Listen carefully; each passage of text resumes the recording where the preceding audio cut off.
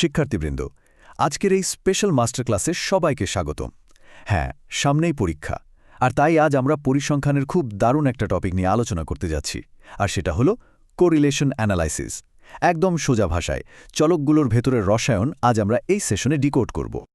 আচ্ছা, চলুন দেখি আজ আমাদের এই এক্সপ্লেনারের মেনুতে কি থাকছে। প্রথমে বেসিক পরিচিতি, তারপর স্ক্যাটার ডায়াগ্রাম, এরপর কোভ্যারিয়েন্স ও পিয়ারসন, তারপর স্পিয়ারম্যান র্যাঙ্ক, এর বাস্তব প্রয়োগ ও সম্ভাব্য ত্রুটি, এবং সবশেষে থাকছে পরীক্ষার জন্য একদম গোল্ডেন একটা রুল। তো শুরু করা যাক আমাদের প্রথম সেকশন, কোরিলেশন অ্যানালাইসিসের একদম বেসিক পরিচিতি দিয়ে। পরিসংখ্যানের একদম গোড়ার দিকের একটা প্রশ্ন হল, আচ্ছা, দুটো ভিন্ন ভ্যারিয়েবল বা চলকের মধ্যে সম্পর্কটা আসলে কেমন? এই প্রশ্নের উত্তর খুঁজতে গেলে প্রথমেই বুঝতে হবে বাইভ্যারিয়েট ডেটা জিনিসটা কি। ব্যাপারটা খুব সিম্পল। ধরা যাক স্টেজে একজন একা নাচছে, সেটা একরকম, কিন্তু যখন একজোড়া নৃত্যশিল্পী ফ্লোরে একদম তাল মিলিয়ে পারফর্ম করে, তখন তাদের দুজনের মুভমেন্টের যে একটা দারুণ সিঙ্ক বা সম্পর্ক তৈরি হয়, ঠিক সেটাই হলো বাইভ্যারিয়েট ডেটা। মানে একই বিষয়ের উপর দুটো ভ্যারিয়েবল একসাথে মাপা হচ্ছে। ইউনিভ্যারিয়েট আর বাইভ্যারিয়েট ডেটার পার্থক্যটা কিন্তু ওই নাচের উদাহরণের মতোই পরিষ্কার। ইউনিভ্যারিয়েট ডেটা হলো ওই সোলো ড্যান্সারের মতো, যেমন ধরা যাক শুধু ৩০ জন শিক্ষার্থীর উচ্চতা মাপা হলো, ব্যাস এটুকুই। কিন্তু বাইভ্যারিয়েট ডেটায় আমরা একই সাথে ওই শিক্ষার্থীদের উচ্চতা এবং ওজন দুটোই মাপব, কারণ এখানে আমাদের মেইন টার্গেট হলো দুটো আলাদা জিনিস একসাথে কিভাবে মিথস্ক্রিয়া করে সেটা দেখা। এবার আমরা থিওরি থেকে একটু প্র্যাকটিক্যাল ভিজুয়ালের দিকে যাব। Section 2, scatter diagrams. ডেটাকে চোখের সামনে দেখার এর চেয়ে দারুণ উপায় আর নেই। এক্স এবং ওয়াই অক্ষের ডেটা পয়েন্টগুলো বসালে খুব সহজেই সম্পর্কের দিক আর শক্তি বোঝা যায়। যদি দেখা যায় পয়েন্টগুলো বাম দিক থেকে ডান দিকে ওপরের দিকে উঠছে, তার মানে এটা পজিটিভ কোরিলেশন। আর যদি সেগুলো একটা লাইনের নিচের দিকে নামতে থাকে, ঠিক ধরেছেন, সেটা নেগেটিভ কোরিলেশন। কিন্তু পয়েন্টগুলো যদি পুরো গ্রাফ জুড়ে এলোমেলোভাবে ছড়ানো থাকে, এর মানে হলো এদের মধ্যে কোনো সম্পর্কই নেই, নো কোরিলেশন। ভিজুয়াল তো দেখা হলো, এবার চলুন অঙ্কের জগতে ঢোকা যাক। আমাদের তৃতীয় সেকশন, কোভ্যারিয়েন্স এবং পিয়ারসন পরিমাপ। প্রথমেই আমাদের বুঝতে হবে কোভ্যারিয়েন্স কি। খুব সহজভাবে বললে, দুটো চলক একসাথে কিভাবে বদলায় এটা তারই পরিমাপ। ওই যে ড্যান্সিং কাপলের কথা বলছিলাম না, তারা যদি একদম একই তালে একই দিকে মুভ করে, তবে সেটা পজিটিভ কোভ্যারিয়েন্স।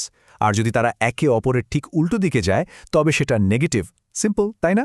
এবার পরিচয় করিয়ে দিই পরিসংখ্যানের দুনিয়ার অন্যতম সেলিব্রিটি কার্ল পিয়ারসনের কোরিলেশন কোএফিসিয়েন্টের সাথে। পিয়ারসনকে বলরুম ড্যান্সের একজন মারাত্মক কড়া বিচারক হিসেবে চিন্তা করা যেতে পারে। তিনি সহজে খুশি হন না। তিনি তখনই পারফেক্ট নাম্বার দেবেন যখন মুভমেন্ট হবে একদম নিখুঁত, সরল রৈখিক, আর ডেটা ফলো করবে নর্মাল ডিস্ট্রিবিউশন বা স্বাভাবিক বন্টন। একটু এদিক সেদিক হলেই মুশকিল। এখন এই ফর্মুলাটার দিকে একটু খেয়াল করা যাক। এখানে আর বা কোরিলেশন বের করতে কোভ্যারিয়েন্সকে এক্স এবং ওয়াই এর স্ট্যান্ডার্ড ডেভিয়েশন দিয়ে ভাগ করা হচ্ছে। ব্যাপারটা বেশ ইন্টারেস্টিং, কারণ গাণিতিকভাবে এটা মূলত কোভ্যারিয়েন্সকে একটা স্ট্যান্ডার্ড বা আদর্শ মাপে নিয়ে আসে। এই প্রপার্টিগুলো বা বৈশিষ্ট্যগুলো কিন্তু পরীক্ষার জন্য একদম মাস্ট নো। পিয়ারসন সহগের মান সবসময় -1 থেকে +1 বাউন্ডারির মধ্যেই থাকবে। এর কোনো ইউনিট বা একক নেই। আর যদি মান একদম পারফেক্ট +1 বা -1 আসে, তার মানে হলো গ্রাফের প্রতিটি ডেটা পয়েন্ট স্কেল দিয়ে টানা একটা সোজা লাইনের ওপর পড়বে। তবে হ্যাঁ, একটা বিষয় সাবধান থাকতে হবে, পিয়ারসন কিন্তু এক্সট্রিম আউটলেয়ার বা খুব অস্বাভাবিক ডেটা দেখলে ভীষণ সেন্সিটিভ হয়ে যায়, আর এটি কেবল লিনিয়ার বা সরলরৈখিক সম্পর্কে মাপতে পারে। তাহলে ডেটা যদি সরলরৈখিক না হয়? এখানেই গল্পে একটা টুইস্ট আসছে। Section 4, Spearman's rank correlation.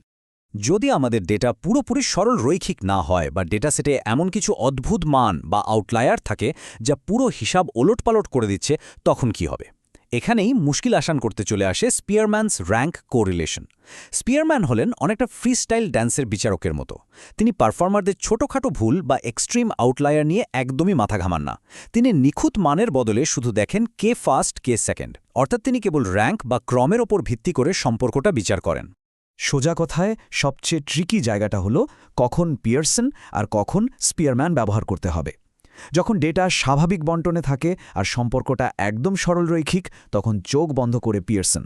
কিন্তু যখন ডেটাকে শুধু র্যাঙ্ক বা ক্রমানুসারে সাজানো যায়, সম্পর্কটা মনোটনিক হয় এবং ডেটায় চরম আউটলায়ার্স থাকে, তখন একজন ভালো পরিসংখ্যানবিদ হিসেবে স্পিয়ারম্যানের ওপরই ভরসা রাখতে হবে। অনেক তো থিওরি হলো, এবার চলুন দেখি বাস্তব দুনিয়ায় এর ম্যাজিক। সেকশন 5, প্রয়োগ ও সম্ভাব্য ত্রুটি। মনে তো একটা প্রশ্ন জাগতেই পারে, এত অ্যানালাইসিস আসলে কি কাজে লাগে? সত্যি বলতে বাস্তব জীবনের ব্যবহার অভাবনীয়।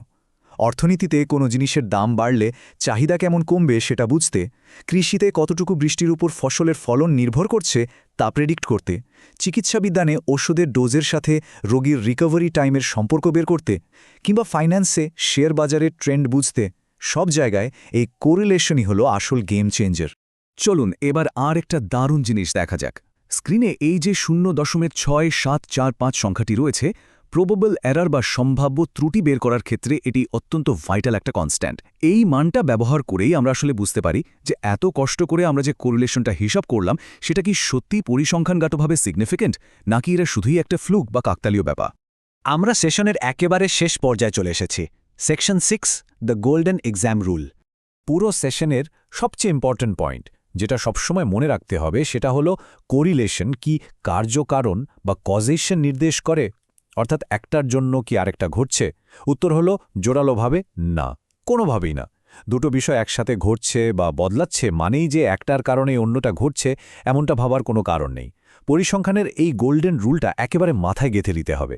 আশা করি আজকের এই মাস্টার ক্লাস আসন্ন পরীক্ষার জন্য বেশ কাজে দেবে। তবে শেষ করার আগে একটা প্রশ্ন রেখে যাই। আমরা সবাই একটু ভেবে দেখতে পারি আমাদের চারপাশে এমন কি কোরিলেশন বা সম্পর্ক আছে যা আসলে নিছকই কাকতালীয়, কোনো কজেশন নয়।